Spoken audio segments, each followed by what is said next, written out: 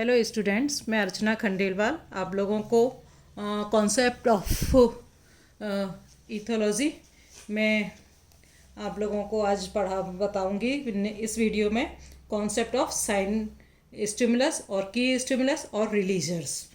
Means ये sign stimulus क्या होते हैं, ये कैसे काम करते हैं, आज मैं आप लोगों को इसके बारे में बताऊंगी। सामान्यतः जो रिलीजर्स जो हैं वो एनवायरनमेंट के वो पार्ट होते हैं जो कि इन्नेट रिएक्शंस जो होती हैं उनको उकसाते हैं, जो नैसर्गिक क्रियाएं जो होती हैं उनको करवाने का काम वो करते हैं। जैसे किसी वस्तु की आकृति है या रंग है, ऐसी इस विशिष्ट जो प्रतिक्रियाएं होती हैं वो उनको उकसाते हैं, उनको देख करके साइन उकसाते हैं, जिसकी वजह से कोई भी नियत क्रिया प्रतिमान जो है वो होता है, शुरू होता है। तो ऐसा कोई भी रिलीजर या साइन स्टिमुलस जो कि किसी नियत क्रिया प्रतिमान को उकसाए या वह साधारण परंतु विशिष्ट उद्दीपन जो नियत क्रिया प्रतिमान को रिलीज करे उसको हम साइन स्टिमुलस और एसएस कहते हैं। मीन्स कोई भी ऐसी प्रोसेस जिसकी वजह से नेक्स्ट फिक्स्ड एक्शन पैटर्न होता है उसको हम साइन स्टिमुलस कहते हैं। कॉनरेड लॉरेंज ने साइन स्टिमुलस को की लॉक एंड की के नाम से बताया था कि जो साइन स्टिमुलस है उसका फिक्स्ड एक्शन पैटर्न के साथ में रिलेशन लॉक एंड की जैसे होता है। जैसे कि जब तक ताले के बिना चाबी नहीं खुल सकती, वैसे ही किसी साइन स्टिमुलस के बिना जो है फिक्स्ड एक्शन पैटर्न नहीं हो सकता है। फॉर एग्जाम्पल, मेल स्टिकल बैग जो है वो जब प्रेग्नेंट अपने ब्रीडिंग टाइम में के मौसम में उनकी जो वेंट्रल सरफेस है मेल स्टिकल बैग की वो रेड हो जाती है और वो इससे अपनी टेरिटरी तय करती है, और इस समय में वो किसी दूसरे मेल स्टिकल बैग को अपने टेरिटरी के अंदर नहीं आने देती है। यदि हम इसके साथ एक्सपेरिमेंट करें तो यदि खिलौनों के बीच में भी या किसी लकड़ी के जो सरफेसेस हैं, चाहे उनकी शेप नर स्टिकल बैग के जैसी ना हो, यदि हम उनको रेड कर दें उनकी वेंट्रल सरफेस को और मेल स्टिकल बैग के जो टेरिटरी है उसमें भेजें, तो वो उसके साथ में फाइटिंग बिहेवियर जो है वो शो करती है, वो उनको भगाने का वो काम करती है। और यदि सेम शेप है लेकिन मेल स्टिकल बैग की, और यदि उसकी वेंट्रल सरफेस रेड है तो वो उसको नहीं अपने टेरिटरी के अंदर नहीं आने देती है।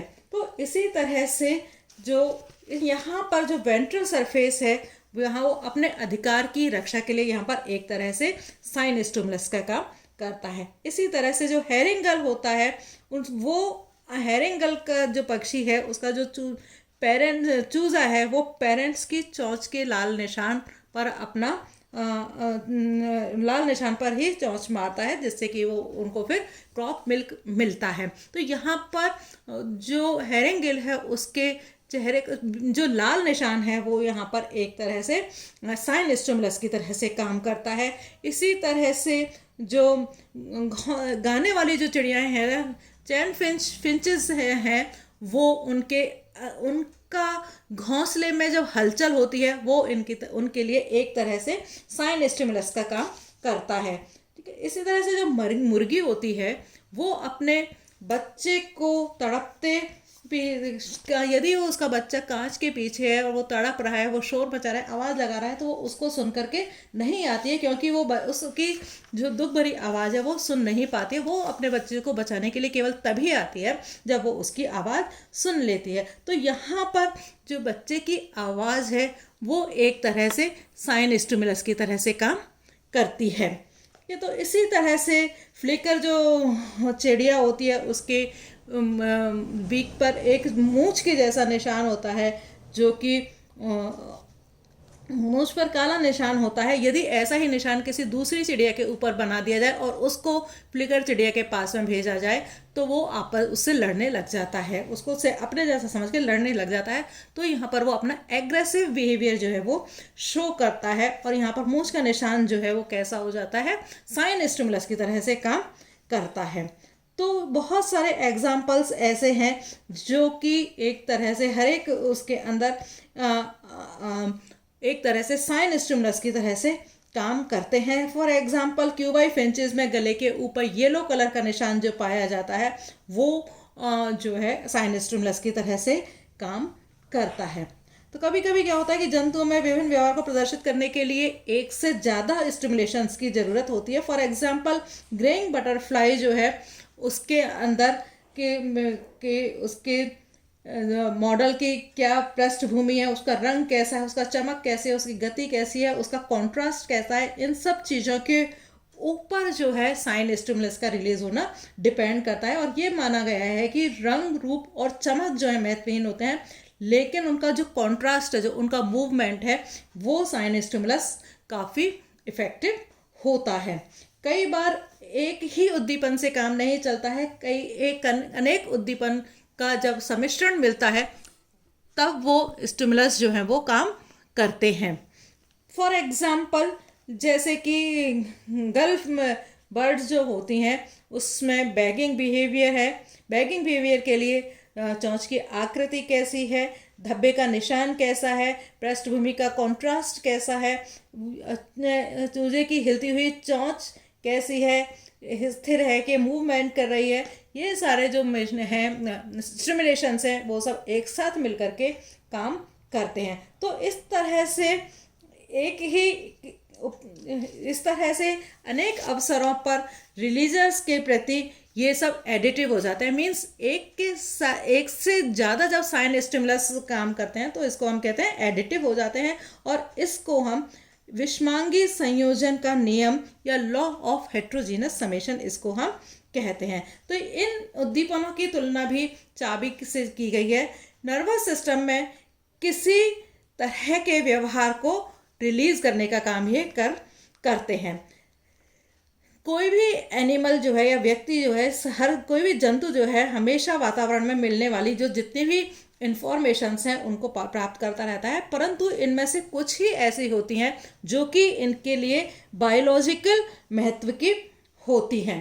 तो इन सूचनाओं का चुनाव करना कि उनको किस पर प्रतिक्रिया देनी होती है ये बहुत महत्वपूर्ण होता है, और इस काम को करने का काम अपने शरीर के एनिमल के शरीर के अंदर ब्रेन काम करता है कि सूचनाओं की छटाई या चयन जो है सेंसरी ऑर्गन्स और सेंट्रल नर्वस सिस्टम के द्वारा होता है, और इनमें भी क्रमशः पेरिफेरल नर्वस सिस्टम और सेंट्रल नर्वस सिस्टम जो है वो इसके अंदर काम करते हैं, जो कि एक काफ़ी सार्थक होते हैं।